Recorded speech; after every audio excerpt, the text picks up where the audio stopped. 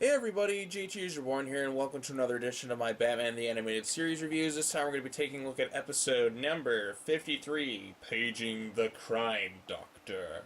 Okay, so this episode here is basically, it's a simple episode. In this one, Rupert Thorne, he has a brother named Matthew, who is also friends with Leslie Tompkins and Thomas Wayne, and he's kind of like a disgraced doctor because at one point Rupert Thorne was shot, and basically, like, he covered for him, and he lost his license due to, like, malpractice or something like that, because he was protecting his brother.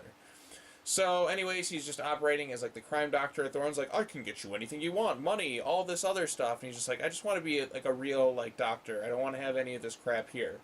And Thorne's pissed off at him, then all of a sudden Thorne is having heart problems. Turns out he has, like, a tumor on his aorta, and then Matthew is just like, I need someone's help. I need Leslie Tompkins. So they kidnap Leslie Tompkins, who, as you know, by this point are friends with Thomas Wayne and that.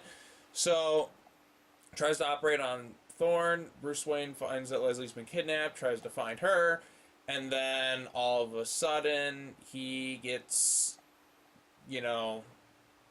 Thorne's henchmen are like, okay, it's time to take Leslie Tompkins out.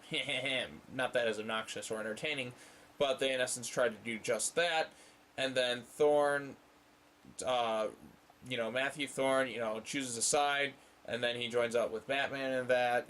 Thorne and them are just, kind of, his criminals are kind of, taken out, and then blah, blah, blah, blah, blah, so on and so forth. He deals with them. And then the final part of the episode was that Matthew he's talking, he's got some legal stuff to take care of, and then Bruce Wayne comes to see him. So honestly, my favorite part is when he goes up to talk to Matthew, and he's just like, hey, what do you want from me, Mr. Wayne? Like, legal money, all this.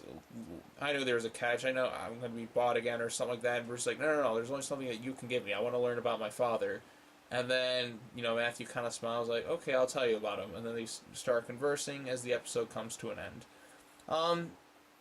These, mob-type episodes around these characters aren't quite as good as the ones with, the mainstay Batman villains. I'm noticing a pattern with these, specific episodes. I don't think, some of these ones in particular are quite as, good as the ones centered around, the main Batman villains. This one's, again, it's kind of just like that same deal.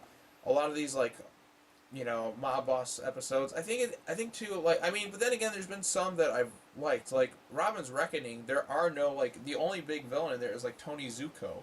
But that one, the same deal.